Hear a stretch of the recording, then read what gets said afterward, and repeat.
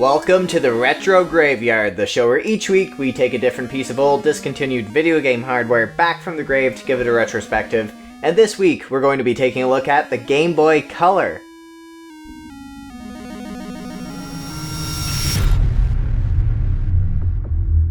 This is the Game Boy Color. It was released on October 21st, 1998 in Japan, and was Nintendo's response to game developers asking for a more robust portable platform to develop for, as the 1989 Game Boy was getting pretty old by this point. But funny enough, Nintendo didn't really go for a big spec upgrade.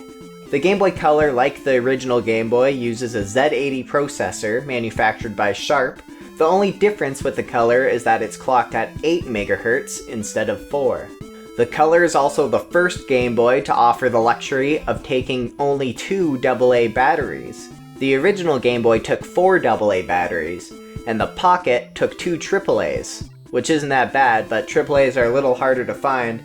Also, the Pocket only lasted for like 10 hours, whereas the Color and the original Game Boy both last for 30 plus hours. The Color runs at the same resolution as its big brother, coming in at 160 by 144 pixels. The big difference here is that instead of only displaying 4 shades of gray, or green rather, the Game Boy Color is capable of displaying 56 colors simultaneously from a selection of 32,000 something colors, also known as 15-bit color.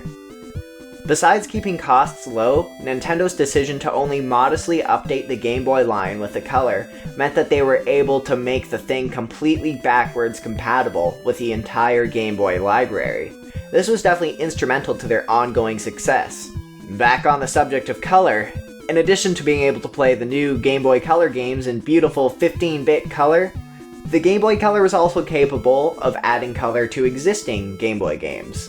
Some games, like Pokemon Red and Blue, came with palettes built in, so you didn't even have to pick one.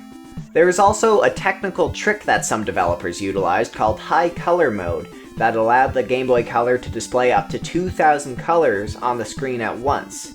The Game Boy Color also features an IR port, which was used for things like, connecting to the Pokemon Pikachu 2 GS? But not much else, which is probably why it was dropped for the Advance. The Game Boy Color was on sale until the Game Boy Advance SP hit shelves in March of 2003, and the last game released for the Game Boy Color was Harry Potter and the Chamber of Secrets, which actually wasn't that bad of a game. Growing up, this thing seemed like the gold standard of portable gaming. Literally everyone I knew had one. But anyway guys, that's about it for the Game Boy Color.